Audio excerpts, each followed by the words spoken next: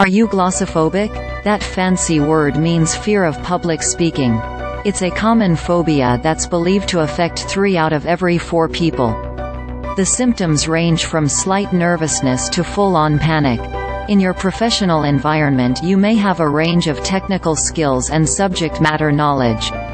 But if you struggle with communication, even in situations less formal than a public speech, your value in the workplace is diminished. Matt Abrahams can help. He teaches organizational behavior at Stanford University, with an emphasis on strategic communication.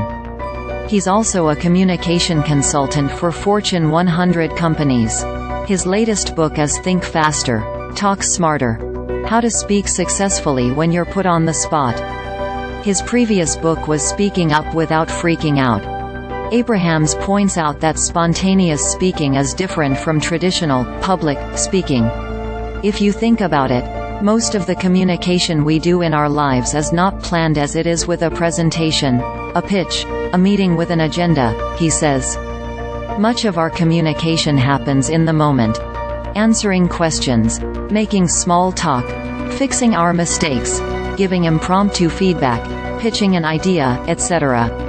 This type of spontaneous speaking requires us to be agile, present-oriented, and clear and concise in a way that planned and prepared communication does not. Many people struggle with spontaneous speaking because the demands are so intense and the pressures we put on ourselves are so strong. We feel like we need to respond quickly and correctly. This is made worse by the fact that people are rarely taught or given feedback on how to do this well. For people who have limited experience with spontaneous speaking, offers tips for taming the anxiety beast. Anxiety looms large in all speaking, planned or spontaneous, he says. When addressing communication anxiety, we have to focus both on symptoms and sources. Symptoms are the things that we physiologically and psychologically experience, such as rapid heart rate, shakiness, sweating, and blushing. Sources are the things that initiate and exacerbate anxiety, like worrying about not achieving our communication goals. Abrahams says people can implement specific techniques targeted at both symptoms and sources. We can learn to manage our anxiety, he says.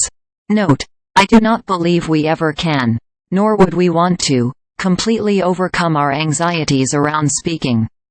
Anxiety actually provides some benefits. It gives us energy, helps us focus, and tells us that what we're doing is important. He encourages people he's coaching to create an anxiety management plan. This is 3 to 5 techniques that people can use to help manage their specific symptoms and sources.